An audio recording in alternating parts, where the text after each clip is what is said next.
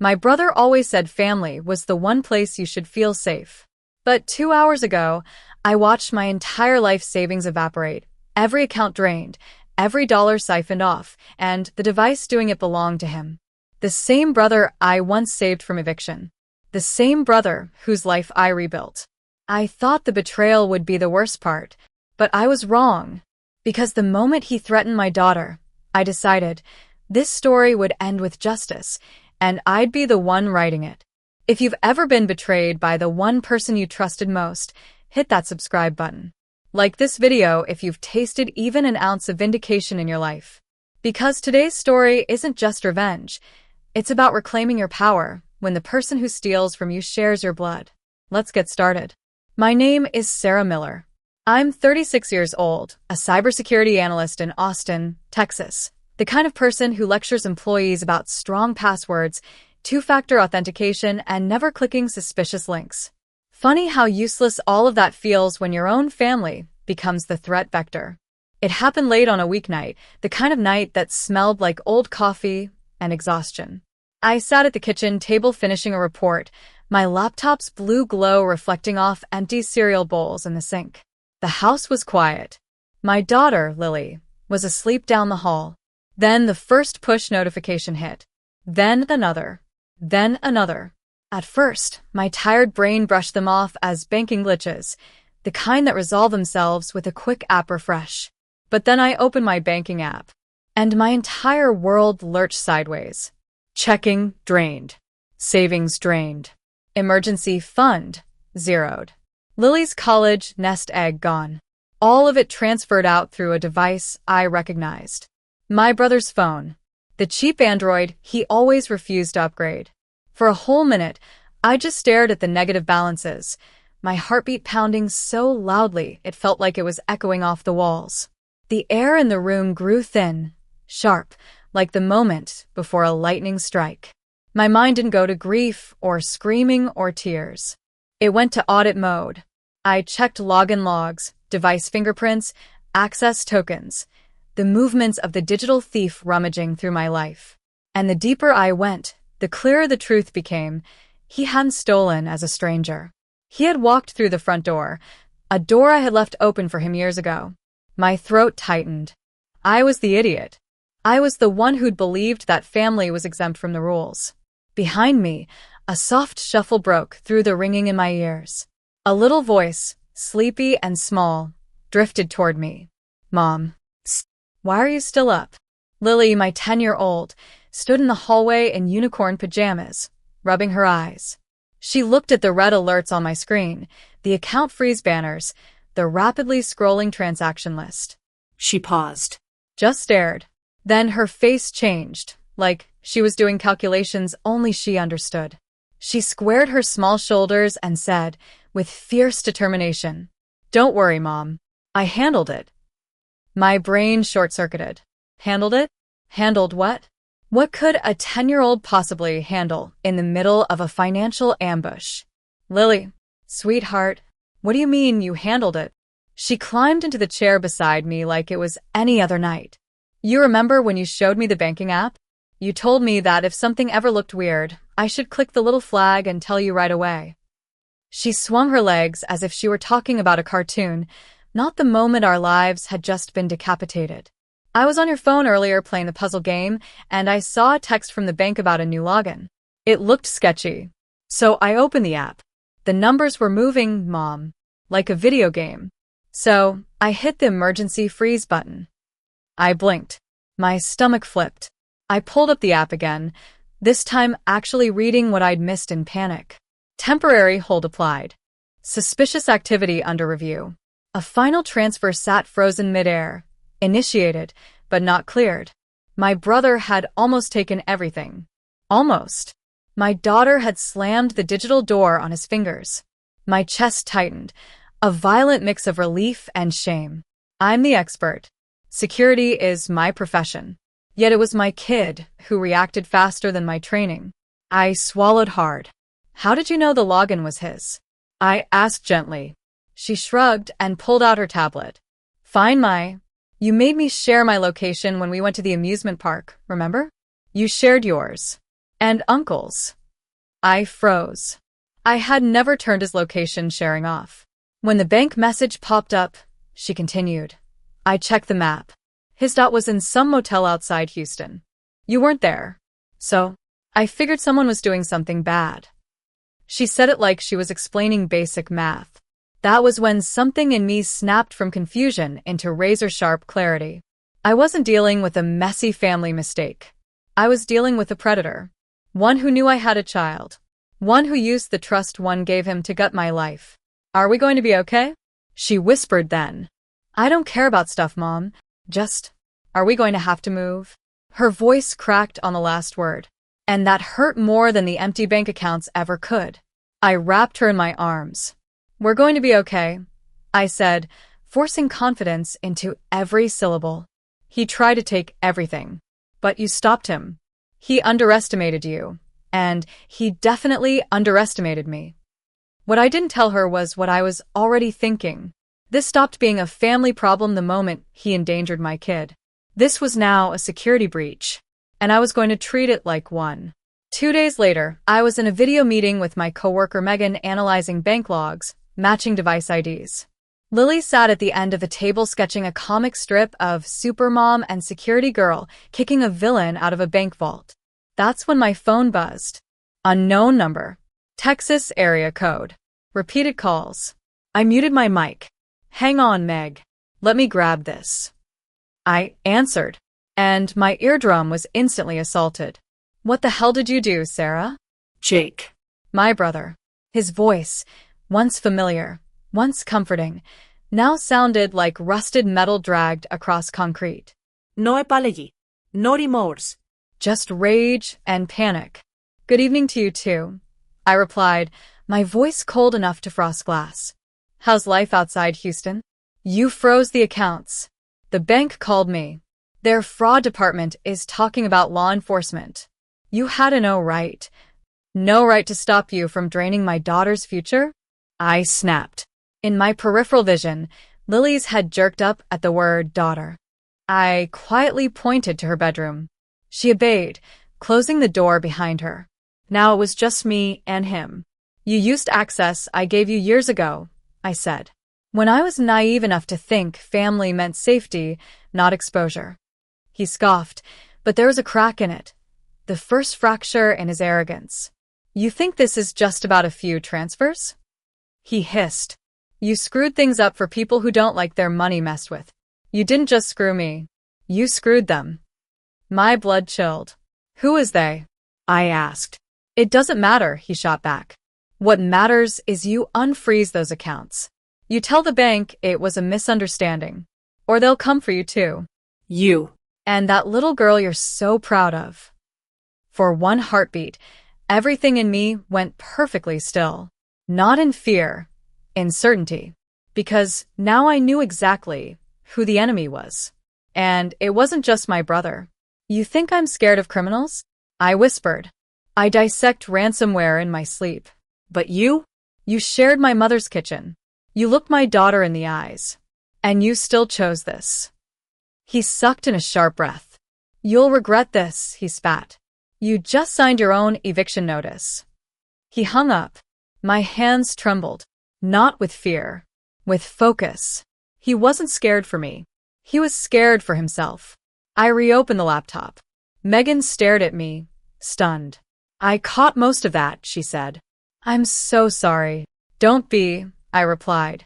He just gave us everything we need. And he had. Threats. Admissions. A motive. A warning about accomplices. We documented everything, timestamps, logs, quotes, recordings. Then Megan said the words that pushed this into a new realm. Look, you know I consult for the Financial Crimes Task Force. If your brother is tangled up in a bigger operation, they need to know. Are you ready for this to stop being a family drama and start being a case file? I stared at Lily's closed bedroom door. Her safety. Her future. Yeah, I said quietly. Put me in touch with whoever you trust. Because forgiveness isn't a virtue when the threat wears your last name. Sometimes the bravest thing you can do is treat family like any other criminal. And that was the night everything changed. Detective Laura King entered my life through a grainy video call window. Her face appeared in a little rectangle on my screen an hour later, dark hair pulled back, no-nonsense eyes, the kind of person who looked like she had seen the worst of people and still got up every morning to go back for more. "Sarah, right?" she asked. "Megan's told me a bit. I can't give you official legal advice until this is opened as a formal case, but I can tell you how to protect yourself in the meantime." That word, protect, did something strange to my chest. I was used to being the one doing the protecting, the threat modeling, the planning.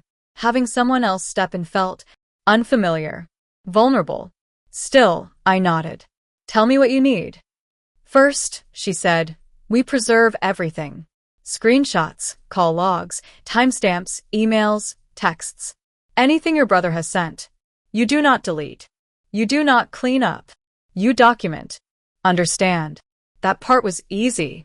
Documentation was my comfort zone. "Second," she continued, "no more direct contact with him unless we can coordinate it. People like this, especially with other criminals breathing down their necks, are unpredictable." "And Sarah?" "Yeah, this isn't your fault. We see this pattern a lot. The first victims aren't random strangers. They're the people who trusted them first." I wanted to argue. I wanted to say I should have cut him off years ago, or removed his access the moment my life stabilized, or seen the signs sooner. But instead, I just nodded. Because right then, I didn't need a debate. I needed a plan. After the call, the house felt too quiet. Lily was asleep in her room, her door cracked open just enough for a sliver of light to escape. I sat alone in the kitchen, lit only by my dual monitors, a mug of cold coffee sweating beside me. I opened an encrypted vault and started dragging in my life. Bank screenshots, app logs, my brother's contact card, even a photo of his old Android phone from a family barbecue where he'd probably shown off the cracked screen like it was a battle scar. On a whim, I pulled out Lily's sketchbook from her backpack. That afternoon, she'd shoved it across the table with a shy smile. "I made a new comic, Mom." The pages showed 2 timelines. On the left, past Uncle, smiling, helping us move into our first safe apartment, cooking eggs with her, flipping them without breaking the yolk. On the right, current Uncle, eyes shaded, sneaking through a bank vault while little cartoon alarms blared.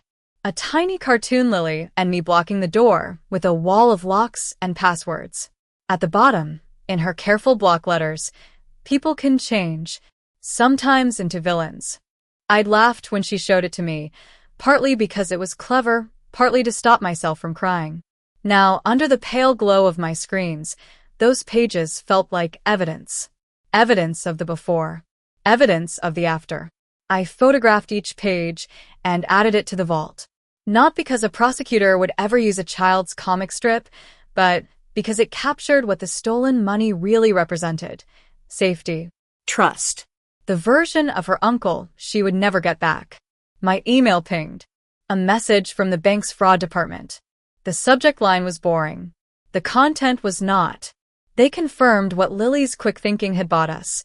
The final transfer was still in dispute. The funds weren't back in my account yet, but they hadn't reached his either. The recipient account, my brother's drop, was now under restriction pending investigation. Translation.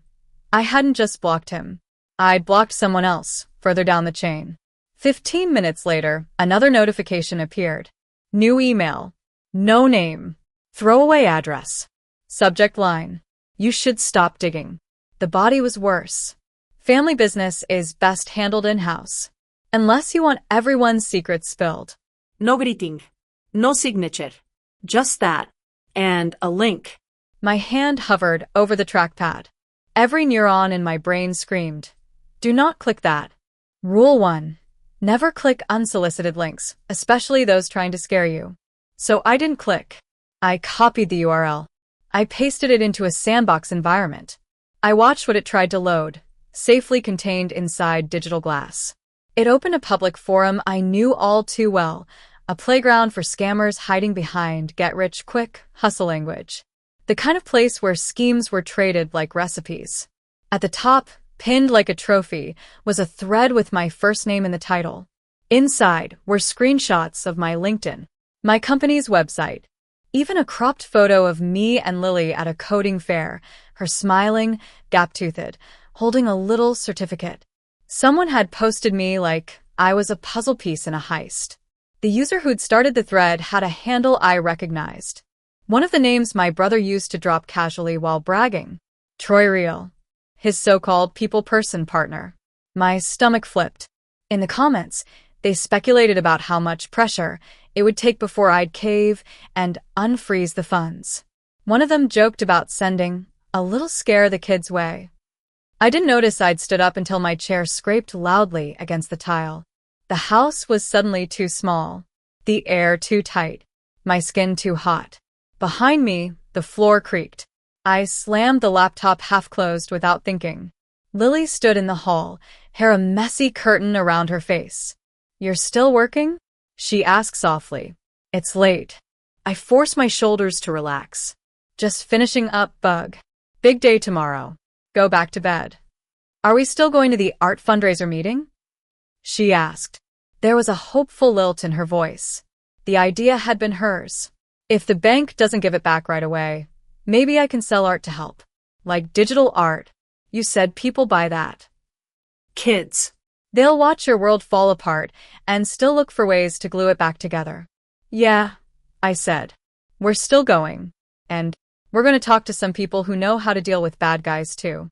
"Okay." She nodded, started to turn, then hesitated. "Mom," she whispered, "if he was your brother before, and now he's kind of the villain, does that mean I'm related to a villain?" The question sliced straight through whatever emotional armor I had left. "You're related to a man who makes really bad choices," I said carefully. "What you do with that is up to you. You can repeat his mistakes, or you can learn from them and build better walls." She chewed her lip, thinking. "Like better passwords?" I smiled despite myself. "Yeah." "Like better passwords, better boundaries, better everything." She gave a decisive nod, as if she'd just assigned herself a new mission, and padded back to bed. As soon as her door clicked shut, my phone lit up again. A new message from Megan. She'd been lurking in the same forum, tracing threads, compiling screenshots. She sent me a profile. My brother's handle. Advertising investment opportunities, using a name just close enough to mine to feel safe to strangers. He wasn't just stealing from me. He was using my professional reputation like a mask.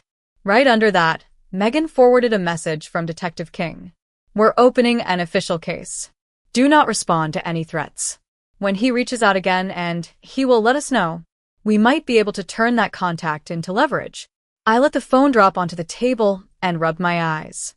Leverage. That word tasted like copper. Because I knew what it meant. We weren't just going to survive this. We were going to dismantle it. But first came the waiting. The next afternoon, the community center buzzed with chatter and the smell of dry erase markers. Folding chairs squeaked, kids giggled. Parents tried to look more awake than they felt. Lily stood at the front of a small cluster of kids and adults, explaining her idea for the art fundraiser. She'd drawn a poster with a piggy bank wearing a superhero cape. "This is safe money," she told them. "It's money that's protected and not shared with bad guys. And this." She flipped to another page with a terrified-looking wallet surrounded by red exclamation marks, "is danger money." It's when people try to trick you or steal from you. Kids need to know the difference too. The parents exchanged glances, some amused, some uncomfortable. I watched her, my heart caught in my throat. There she was, turning our disaster into something useful, turning fear into a lesson. My phone buzzed in my pocket. A text from an unknown number. "You think strangers are going to save you? You're making it worse. "Call me. Now." I didn't. Instead, I silenced my phone and watched my daughter talk about safety to adults who didn't yet know that her uncle had tried to steal her future. After the meeting, as we walked to the car under the shade of a spreading live oak tree, a man stepped out from the parking lot shadows. My body went rigid. I tightened my grip on Lily's hand before I recognized his face, not from real life, but from old photos on my brother's feed. Mark Dawson. Former accomplice. Ancient friend. The one who'd supposedly gone straight. Sarah, he called softly, palms raised a few inches like he wanted to show he wasn't a threat. Don't freak out. I texted you earlier. You didn't answer. So I came here instead. So he was the unknown number. Every instinct I had screamed at me to grab Lily, get in the car, and drive away. Instead, I leaned down to her level. Bug, go sit in the car, okay? Lock the doors. Wait for me. She looked between us, reading my body like a barometer. Then she nodded and obeyed, sliding into the passenger seat and clicking the lock. Her small face watched us through the glass. I turned back to him, voice low and sharp. You have exactly 30 seconds to explain why you're following my kid and me. He flinched, a flash of guilt crossing his face. I'm not here to hurt you, he said quickly. If anything, I'm here because I think they might. And I'm trying to stop that before it gets worse. I repeated. Let me guess, my brother and his lovely girlfriend. Or the fine gentleman from their scam forums. He glanced around as if the shadows were listening. You really want to say their names out loud? He muttered. You know they watch those forums.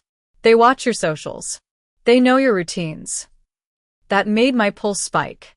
You've seen their threads, I said slowly. The ones about me. I used to post in some of the same spaces, he admitted, rubbing a hand over his face. Back when it was stupid chargeback tricks and fake refund schemes. Stuff I told myself wasn't really hurting anyone. He let out a bitter laugh. Then it escalated. Crypto exit scams. Homosexuals. Nonprofits.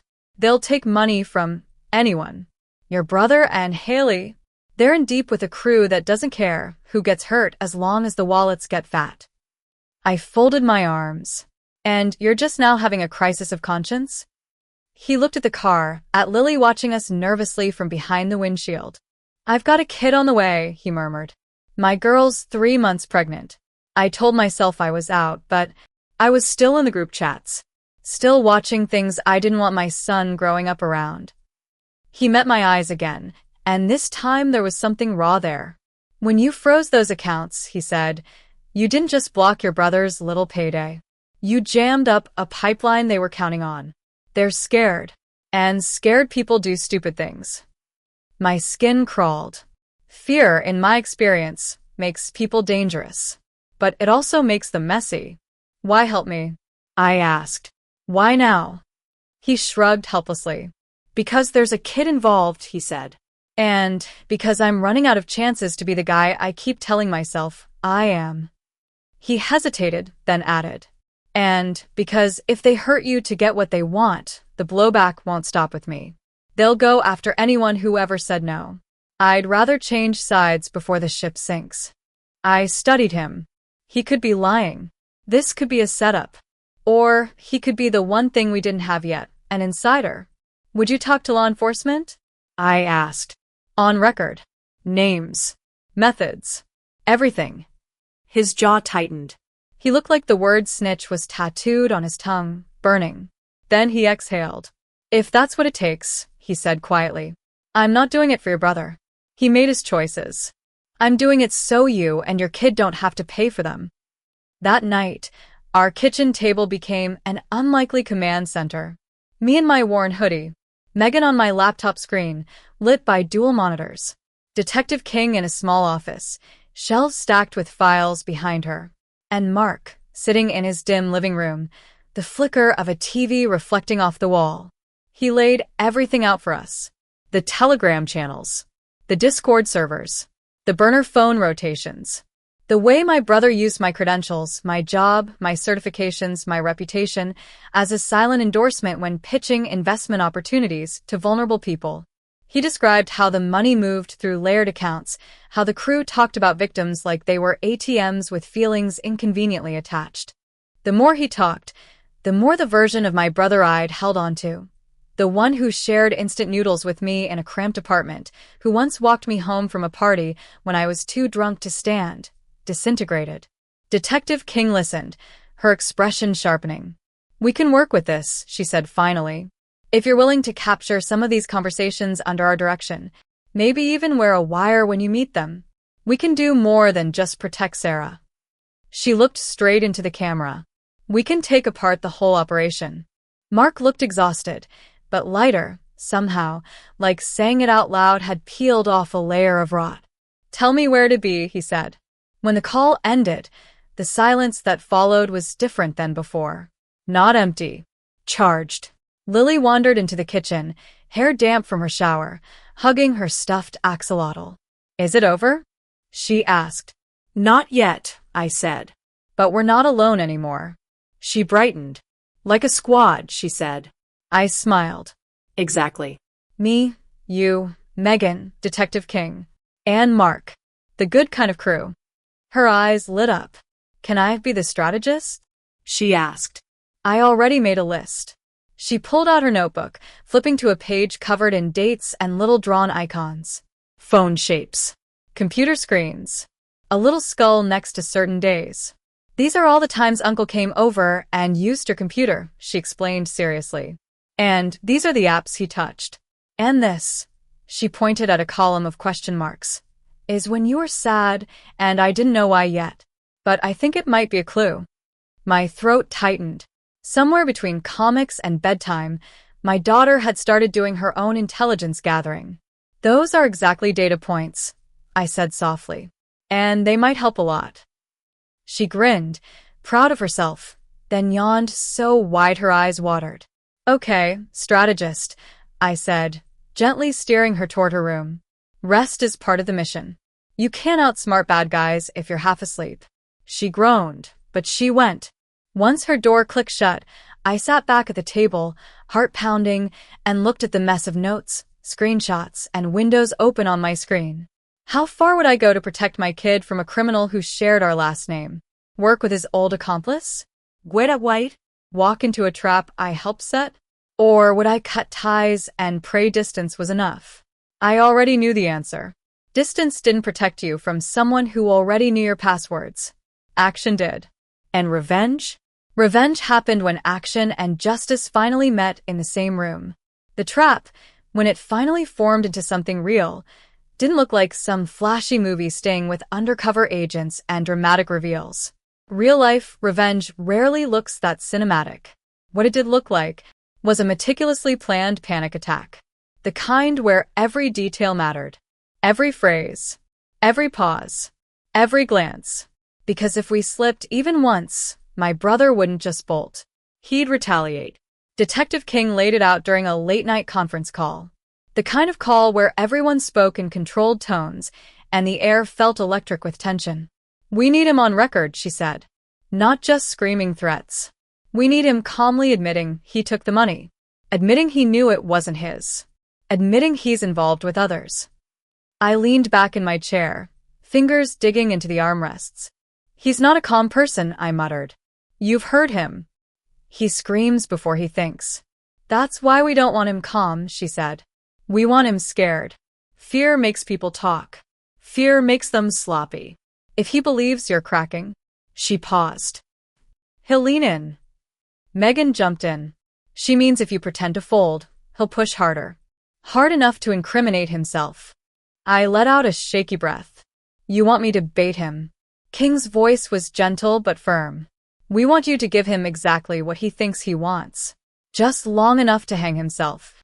The next night, Lily and I sat on the living room floor surrounded by blank canvases for her fundraiser, paintbrushes scattered like tiny weapons of creativity. She was mid-sentence about how safe money should always have a shield icon when she suddenly looked up at me with those big, perceptive brown eyes. Mom, yeah, Bug, you're planning something. It wasn't a question. It was a statement. A deduction. I nearly laughed. My daughter, the junior detective. What makes you say that? I asked, trying to sound casual. You're doing that thing with your hands, she said, putting her own hands on her hips. You're opening and closing your fingers like you're typing in your head. Ifros, sitting ahead. She wasn't wrong. Also, she added, you made pizza for dinner 2 nights in a row. You only do that when you're stressed. Jesus. Was I that easy to read? Or was she just that good? I exhaled and put down the brush. Lily, I said gently, I need you to understand something. What's happening right now? It's complicated. And it's scary. But I promise you, I'm not doing anything dangerous. She frowned, clearly not buying it. Are you trying to help Uncle Jake? My stomach tightened. I hated that she still saw him as someone worth helping. But I kept my voice steady. No. I'm trying to help us. And keep you safe. And make sure he can't hurt anyone else ever again. She studied me for a long second. Then she nodded slowly. Okay, but if you need a strategist, I'm here. The seriousness in her voice cracked something in me. I pulled her into a hug so tight she squeaked. You're the best partner I could ever have, I whispered. But this part, I need to handle myself. She hugged me back, her tiny hands gripping the back of my hoodie. Then be careful, she whispered. I don't want to make comics about this part. My throat closed up. Because she wasn't wrong. I didn't want this part drawn in blocky crayons either. 2 days later, with Detective King's team listening on a secure line and a digital recorder running silently in the background, I dialed my brother. It took everything, every ounce of self-control, to inject fear into my voice, to sound like the scared sibling he expected. He picked up on the second ring. What? He snapped. I let my breath tremble into the phone. You were right, I whispered. Those people you're working with, they sent me messages. They know where I work. They're watching my social media. I'm scared, Jake. Silence. Then the predatory smirk in his voice became audible. Told you, he said. You're way out of your depth. You should have listened to me. My hand tightened around the phone. I know, I whispered. I want to fix it. I talked to the bank. There might be a way. If we meet, sign some things, we can tell them it was a misunderstanding. He inhaled sharply. Greed. I knew that sounded like my own name. What kind of misunderstanding? He asked. The joint account kind, I said shakily, as instructed. Clerical error. Husband and wife. Whatever story you want. They love tidy stories. He hesitated, paranoia warring with desperation. Finally, where? He asked. My pulse thundered. Town Lake. Near the big metal sculpture. Noon. Public place. Safe. Detective King had insisted on all those qualifiers. Public. Visible. Monitored. If he tried anything, her people would be there. If he ran, he'd be caught. If he talked, it would all be recorded. There was a long pause. Fine, he growled. Tomorrow. But Sarah? Don't try anything. He lowered his voice, venom dripping from every syllable. You're not the only one who can make phone calls. Then he hung up. The silence afterward was deafening. Detective King's voice crackled through my earpiece a second later. Perfect, she said. That was perfect. But my hands were shaking. Not because of fear. Not because of nerves. Because the moment was finally coming. The moment where the balance of power shifted. Where the person who stole from me, who threatened my child, would finally be cornered. Revenge wasn't just coming. It was scheduled for noon. The next day dawned deceptively beautiful, the kind of day that would normally lure families to the trail with strollers and iced coffees. The sky was cloudless, a bold Texas blue, sunlight glittering on the water like broken glass. But beneath that pretty surface, I felt the hum of something dangerous. I wore a sweatshirt. Even in the warmth, the tiny transmitter secured just beneath the seam, taped carefully to my ribs. I tested it 3 times to make sure the wire didn't rub. King's voice came through the earpiece in tiny pulses. We have eyes on the park. 3 plainclothes officers spread out. Stay in the public area. Don't go near any blind spots. Lily wasn't anywhere near the scene. Megan had whisked her away to a co-working space downtown for a bring your kid to code day. Pizza. Snacks. Educational games. Distance. Safety. But I still felt the absence like a limb had been removed. Mark was stationed half a block away on a bench, pretending to scroll his phone. A baseball cap, pulled low, an earpiece tucked beneath it. He would be our early warning system if my brother showed up with company. I walked slowly toward the sculpture, a massive twisting metal form that caught the sun in sharp angles. And then I saw him. Jake. He looked smaller than I remembered. Not physically, but something in his posture had shrunk. His hoodie hung awkwardly on him, like he'd lost weight too quickly. His eyes darted like a trapped animal's. He approached. "You look like crap," he said by way of greeting. "Stress doesn't suit you." I held up the folder Detective King had filled with fake forms, enough to make this scene look real to anyone watching. "Stealing from family doesn't suit you either," I said coolly. He rolled his eyes. "Are we doing this or not?" "We are," I said. "But before I sign anything, I need to hear you say something." He frowned. "What? Why you did it?" He scoffed. "Seriously? You want a therapy session in the middle of the park? Humor me." He looked around, checking for watchers, Checking for traps. Then he leaned in, voice low and venomous. "You want to know why?" He hissed. "Because I'm tired of scraping by while you got everything. Your fancy job. Your perfect little apartment. Your perfect little kid. You left the door open. I just walked through it." My stomach twisted. "And when you walked through," I whispered, "you wiped out your niece's future." He clenched his jaw. "I told you I was going to pay it back." "With what?"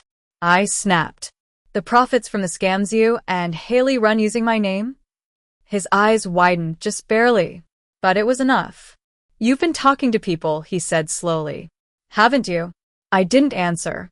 He sneered. "You think those cops and nerds are going to protect you? You think you're safe when the people behind me decide you're more trouble than you're worth."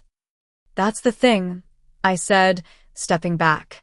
"You talk about them like they're unstoppable, but I've read their code. I've traced their accounts. They're not masterminds, Jake. They're cowards." I leaned in close enough that he could see the steel in my eyes. "And you? You're just a man who stole from a kid." His face contorted. And that was when a voice behind us snapped through the air. "He's right. You are a coward." We both turned. Haley. She stood a few feet away, eyeliner smeared, hair in a messy knot, jaw clenched so tight it looked painful. She wore an oversized hoodie and cheap sandals. She looked like she hadn't slept in a week. "What the hell are you doing here?" Jake barked. "I told you to stay at the motel. And miss this." She shot back. "Please." I wanted to see if you'd actually lie to her face again. I blinked. This was unexpected. "You told me," she said, pointing at him with a shaking finger, "that this was just redistributing, that she wouldn't miss it. You never said there was a kid." He growled. "You were happy to spend the deposits."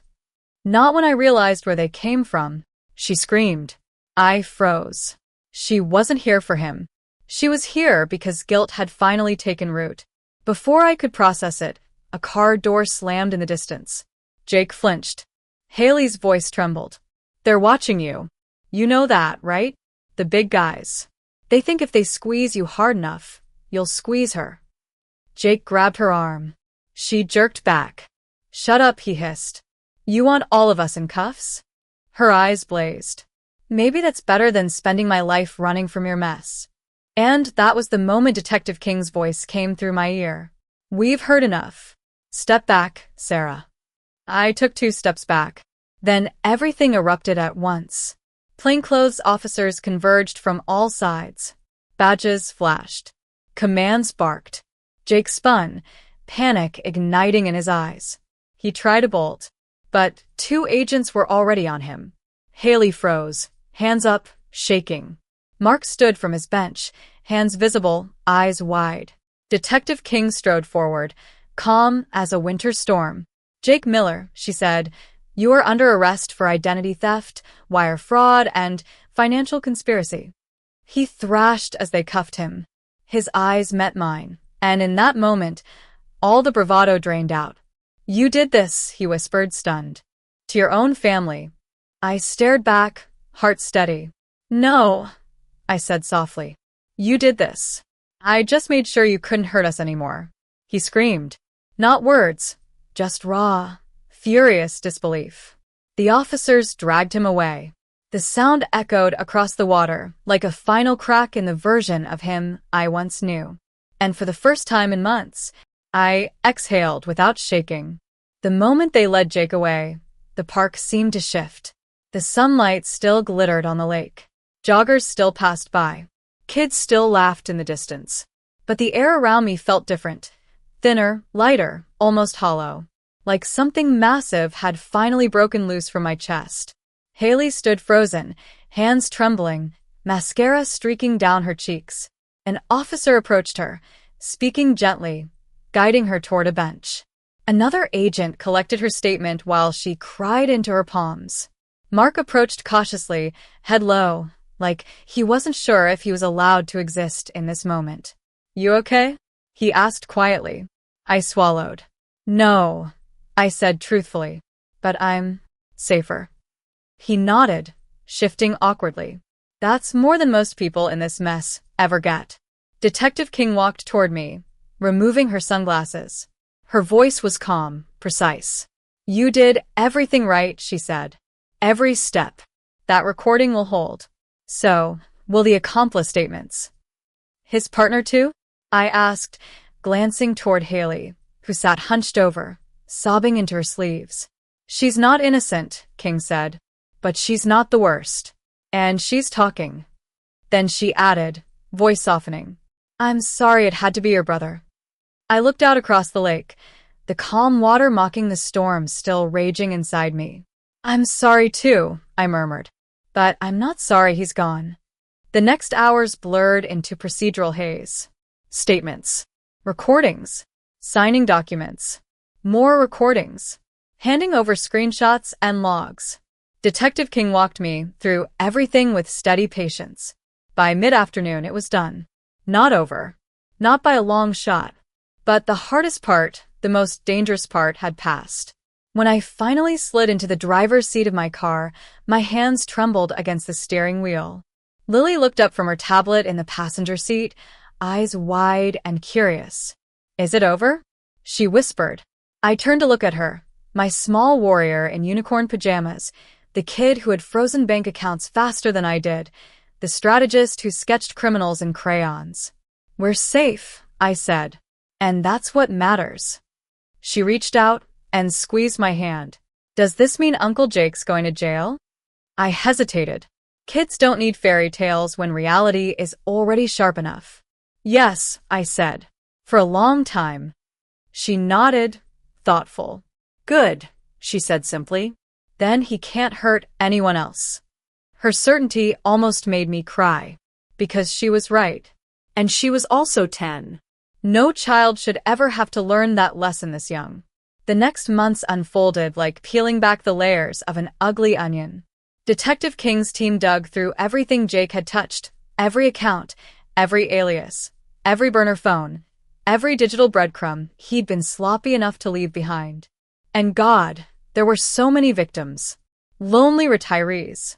Single parents. A nonprofit that trusted his investment advice. He'd used my credentials, my name, to build legitimacy for the scams. The thought made my skin crawl. At the preliminary hearing, I sat behind the bar with Megan at my side. Mark sat behind us with his pregnant girlfriend, hands clasped tightly. Haley testified too. Her voice shook, but she didn't break. She described everything, the schemes, the meetings, the threats, the encrypted chats with men who never used real names. She cried through half of it, but she told the truth. My brother didn't look at her. He didn't look at me. Not once. When the prosecutor read the charges, identity theft, wire fraud, financial conspiracy, cybercrime enhancement, Jake sat there like stone. Jaw clenched, eyes forward, hands cuffed. The weight of it all settled on him like a collapsing building. And that was the moment something inside me snapped free. Whatever fantasy I had held on to, the one where the brother I once loved still lived somewhere inside him, dissolved completely. That version of him was gone. Had been gone for years. This was who he was now. And he had chosen it. Months later, he took a plea deal. 15 years. Restitution obligations that would follow him long after parole. No last-minute apology. No tillfällighetsfesten. No, I'm sorry, I never meant to hurt you. Just a signature. A court stamp. And eyes that refused to meet mine. The day I got the letter confirming his sentencing, Lily sat beside me, swinging her legs. Is he gone? She asked. Not gone, I said. But away, and unable to hurt us. She nodded, absorbing that. Good, she said again. Simple, decisive. The bank, under pressure from regulators and terrified of bad press, quietly agreed to cover a large portion of my losses. They called it a gesture of accountability for access control failure. I didn't care what they called it, it meant we wouldn't lose our home. A portion of the seized funds went to victims too. Enough to rebuild. Enough to breathe again. When the direct deposit hit my account, I sat on the couch and stared at the number for a long moment, tears blurring the digits. Lily peered over my shoulder. Is that money? She asked. That's safety, I said. We rebuilt slowly, like survivors after a storm. Credit freezes. New devices. Multi-factor everything. New passwords. New routines. New boundaries. I explained it all to Lily. Every step of basic digital hygiene. Why we don't reuse passwords. Why love isn't a reason to leave doors unlocked. She listened. Really listened. Then she showed me a notebook where she'd logged every app my brother had ever touched on my phone. Tiny skull icons marked the ones she didn't trust. We made a poster for her school's tech fair. How to protect your future, even from family. A few teachers raised eyebrows at the title until I volunteered to teach a workshop for parents. Standing in front of that room, explaining why sharing logins with relatives can be more dangerous than any stranger on the dark web, I felt something shift inside me. My old belief that love was its own form of security had been naive. Love without boundaries isn't safety. It's exposure. I'd finally learned the difference.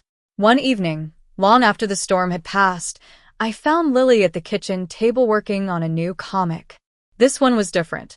It showed our squad, lined up like superheroes. Me with a laptop shield. Megan firing streams of code, like confetti. Detective King holding a giant badge like a sword. Mark tearing up a fake credit card with one hand and holding a baby in the other. And behind bars made of ones and zeros, a small figure sat with his head in his hands. My uncle, she said quietly when she saw me looking. The one before. And the one now. Above his head she'd drawn a speech bubble. I thought shortcuts would set me free. Underneath, in bold block letters. But real freedom isn't built on someone else's ruin. My throat tightened. Do you think he'll ever say sorry? She asked. I considered lying. Maybe someday, I said instead. But we can't wait for that. The real apology is what we do now, the walls we build, the people we protect. She nodded, thoughtful. Then she added the final speech bubble next to her drawn self. Boundaries aren't mean.